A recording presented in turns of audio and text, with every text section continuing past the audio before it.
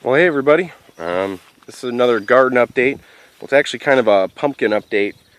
We went probably about 2 or 3 weeks without any rain, and then we got 2 days worth all at once, and it knocked my corn over.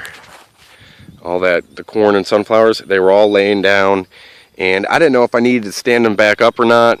I was kind of worried about it, but when I was driving down the street, I saw some of the field corn was laying down too, and I figured, well, if that'll be okay, then that should be okay. And eventually, after a couple days, it stood right back up again.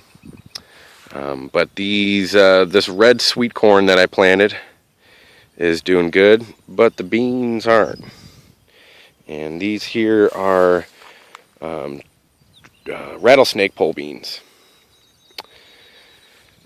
Now, they might have actually grown into each other too much and just choked each other out. I realize that with these beans and corn, they don't go good together. The beans are too vigorous. But I planted some with the sunflowers over here, and they're doing better. They're still doing good. So I'm probably going to lose most of the beans in here. And here's the pumpkin that I wanted to show you. And this right here is a vine that I've steered in between the Galapagos Island tomatoes and the lemon basil. And as you can see all the way out there, down here, it's all pumpkins. And I've got about 8 of them, I think. I've got one right here. Nice sized pumpkin. There's another little one right back here, if you can see it. And I'm sure there's a bunch of other little ones that start to go down this way. And then there's another vine over here that's putting out a bunch of little pumpkins. We've got one that still has a flower on it. This one right here just kind of lost its flower, starting to swell up. The one right behind it is already starting to swell up. So just about every flower that came out has been pollinated.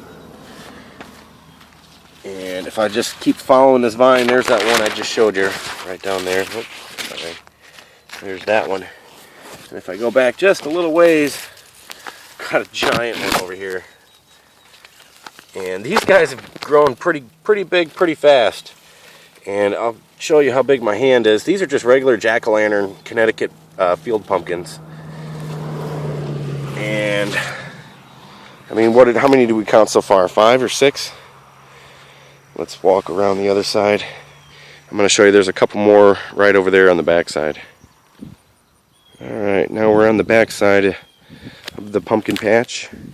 And the vines have started coming out towards the road a little bit. And I've been trying to direct the vines in a certain way, down pathways, and just so they're not kind of in the way and where you might step on them and stuff.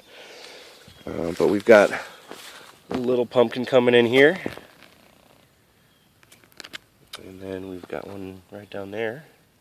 A little tiny little guy. Yeah, you can see I'm just kind of curling these vines around. And we've got another one right here.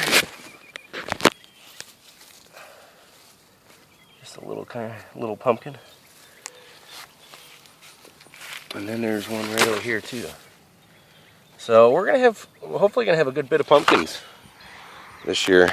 And I mean, these vines are still putting out flowers. Oh, hope I didn't step on one just now. Oh yeah, I stepped on a vine. But I mean, there's one right down there too. And these things are just keep on going. You can see it. It's already right about here. So yeah, so there's the corn, the Galapagos Island tomatoes, the lemon basil, and now it's kind of being completely wrapped around with these pumpkins over here. So I'm loving it. Pumpkins are doing pretty good here in this Tennessee soil. But thanks for watching, guys. Hope you guys enjoyed it, and stay tuned. We'll see how big some of these pumpkins actually get. I've tried to grow pumpkins in the past. I haven't had as good a success as I'm having here in this little spot right over here. So you guys all have a good one, and thanks for watching.